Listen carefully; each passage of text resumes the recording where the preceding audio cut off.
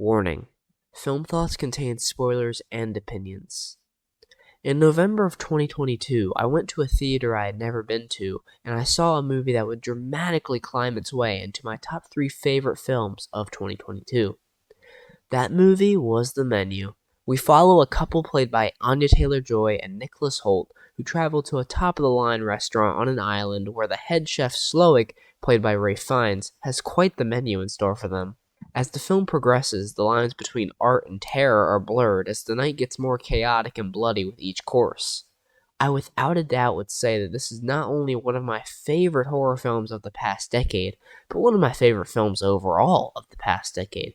There is just so much craftsmanship and love on display here. From the courses being introduced like you're watching a cooking show, to the deep messages hidden within the courses, and the statements that the chef is trying to make. Ralph Fiennes and Anya Taylor-Joy are definitely the standouts here. Both of their characters clash together so well, and I love how their dynamic shifts throughout the film.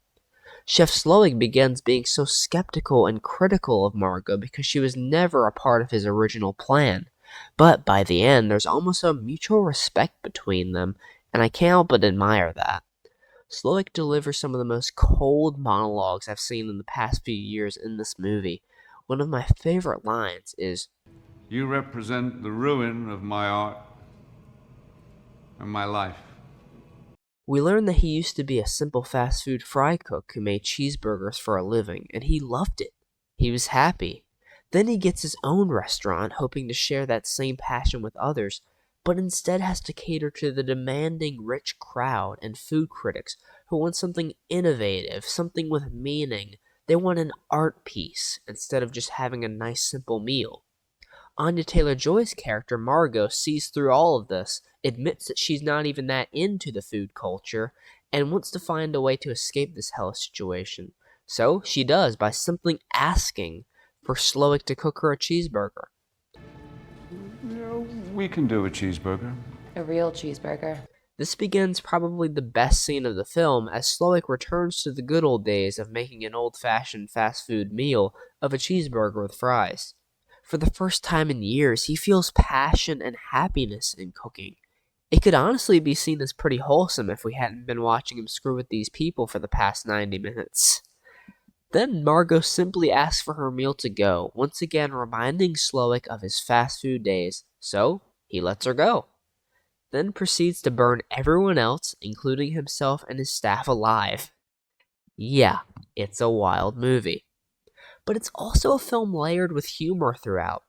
Nicholas Holt's character Tyler is such a super fan of Slowick, and when we find out that he's known how this night was supposed to go the whole time, I was so caught off guard. Other notable performances will be Hung Chau as Elsa, who loves saying tortilla. These are tortillas. Tortillas deliciosas. Yeah, so what are these? These are tortillas.